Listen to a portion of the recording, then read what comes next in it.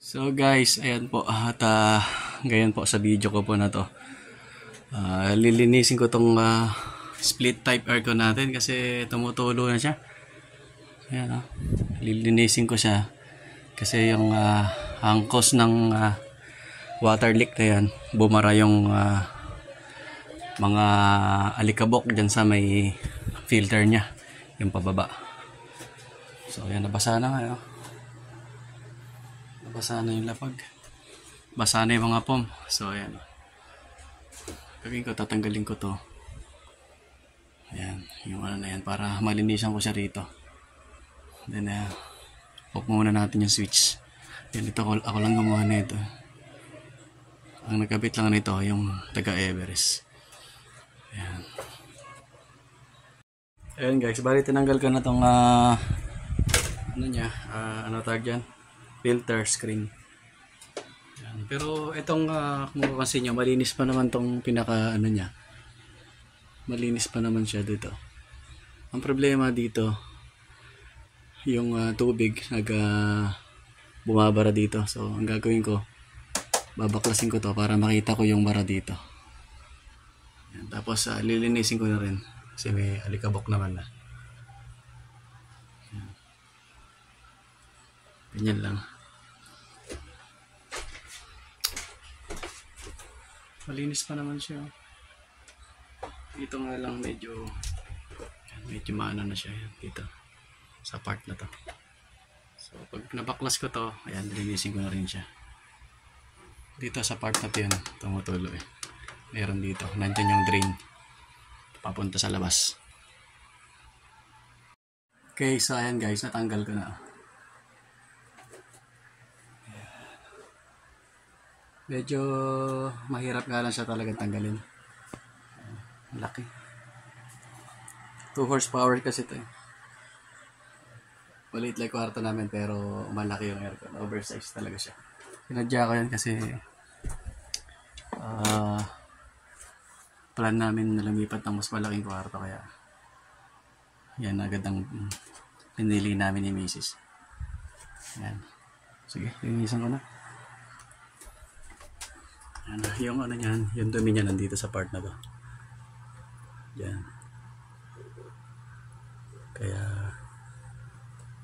nagkakaroon siya ng leak. So ayan. Okay guys, ayan, nalinis ko na yung ano, yung filter lang ng drain. Ayan. Ali dito may drain plug siya rito sa part na to. Tapos dito sa kabila, andito yung nagbabara yan Ayan may butas dyan papunta sa hose, papunta sa labas. Ayan dyan, sa kabila, dito sa side na to. Tapos dito may drain plug. So ayan kita nyo po, nilagyan ko kanina ng tubig yan, bumaba na siya rito.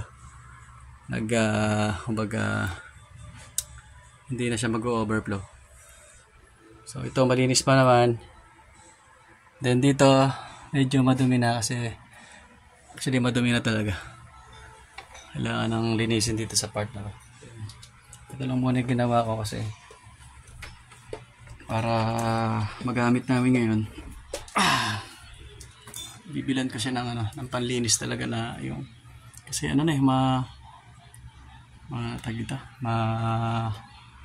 madikit na yung pinaka mga niya, mga alikabok. So ayan, gamitin lang muna namin tapos at least yung tubig dito nawala na, malinis na yung pinaka niya, napuno na kasi ng alikabok Ayan, kakabit ko na siya. Okay. So ayan guys, successful naman Ayan. At naikabit na natin ang ating bed. Ayan. Lakas na tulo dito Ayan, lamig Okay na, wala nang tumutula. Ayan. Dire-diretso na siya papunta doon sa baba.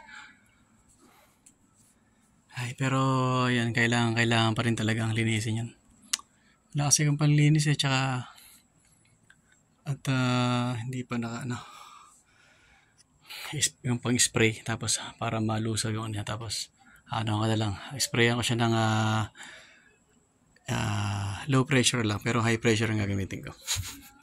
Gulo na. Ayan. Thank you so much guys. Ayan. Sa pagsama sa akin sa aking bagong vlog. Sa aking YouTube channel. Ayan. Please like and subscribe. And please share na rin para sa kung may natutunan kayo kahit paano. Ayan. Maraming salamat. Ayan. Bye-bye.